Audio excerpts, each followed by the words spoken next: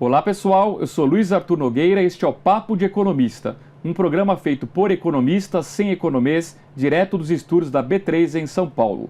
Conosco nesta semana, Eric Heberthal, economista-chefe da Técnica Consultores. Eric, último bloco da semana, as projeções econômicas que você fez. Começando pelo PIB, este ano 0,88%, ano que vem 3%, ou seja, PIBinho esse ano e um PIB razoável ano que vem, é isso? Isso, é isso mesmo, Luiz. Eu acho que a economia brasileira vem mostrando sinais que vem se recuperando, né? Primeiro, através do consumo das famílias, como tem saído aí em algumas divulgações, e a gente acredita que para o ano que vem, 3% é um número ainda razoável, né? É óbvio que se o cenário político ajudar, eu acho que esse crescimento de 3% pode ser até maior, né? Então, eu acredito muito na economia brasileira, ela tem potencial. A gente só precisa tomar um pouquinho de cuidado em relação à economia para não inflar a economia como foi inflado nos governos anteriores. O crescimento artificial não resolve, né? Isso. É bom crescer razoavelmente por diversos anos do que crescer 7% e aí ter uma retração no ano seguinte. Então, o investidor, ele gosta de previsibilidade. Perfeito. IPCA, bom, aqui a inflação me parece que é um jogo ganho, né? Só achei curioso aqui o desse ano, o IPCA 3,10, o que significa que o Banco Central ali, raspando, cumpre a meta, né? Que se fosse abaixo de 3, teria de escrever uma cartinha para o Ministério da Fazenda. Então ele cumpre a meta, é isso? Cumpre sim. Eu só também saliento aqui a preocupação com esse crescimento no consumo das famílias, para o que o Banco Central sempre fica de olho em relação à inflação.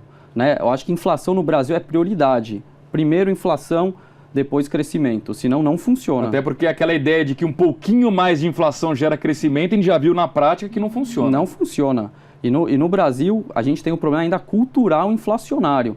Então, inflação, em primeiro lugar, é controlado, para depois crescer. Então, eu vou pular para o último item, depois eu volto para o dólar, porque a Selic tem tudo a ver com a inflação.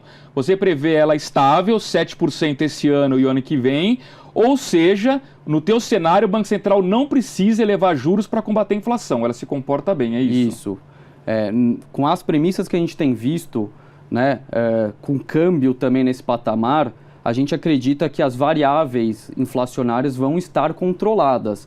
É óbvio que se tiver um problema de risco eleitoral e o dólar subir, isso acaba impactando diretamente a inflação, porque você adquire insumo, compra insumos num valor superior, você vai ter que repassar isso para o seu consumidor final. Então, você tem algumas variáveis que vão ainda mexer nesse cenário. Ou seja, um risco Lula, um risco Bolsonaro pode fazer com que o dólar suba, consequentemente a inflação, consequentemente os juros. Perfeito, é isso. Bom, então o seu dólar tem como premissa a ausência de um risco eleitoral, é isso? Isso. Uma eleição em que predominem os candidatos que defendam a atual agenda econômica. Perfeito. Se você tiver candidatos que não atendam ao mercado, sem dúvida nenhuma esse patamar de dólar é irreal, tá?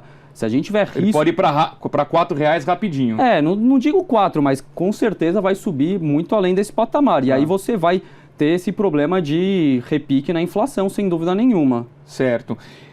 Outro fator importante quando a gente fala de dólar é o mercado internacional. Também outro pressuposto que não vai ter o Trump jogando uma bomba na Coreia do Norte. Também. Isso também poderia mudar o humor internacional, não é? Poderia, sem dúvida nenhuma. São coisas que a gente não consegue prever. Né? São variáveis muito difíceis de se prever.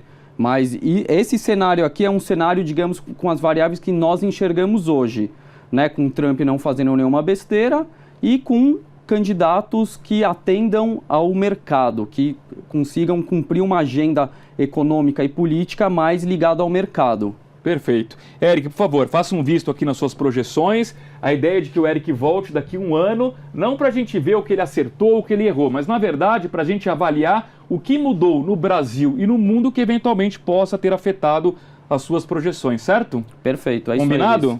Para terminar, você compra ou vende Brasil hoje? Eu compro. Compra Brasil. Está otimista? Muito bem. Eric Heberthal, economista-chefe da Técnica Consultores, esteve conosco nesta semana no Papo de Economista, que volta na semana que vem. A você um grande abraço e um ótimo fim de semana.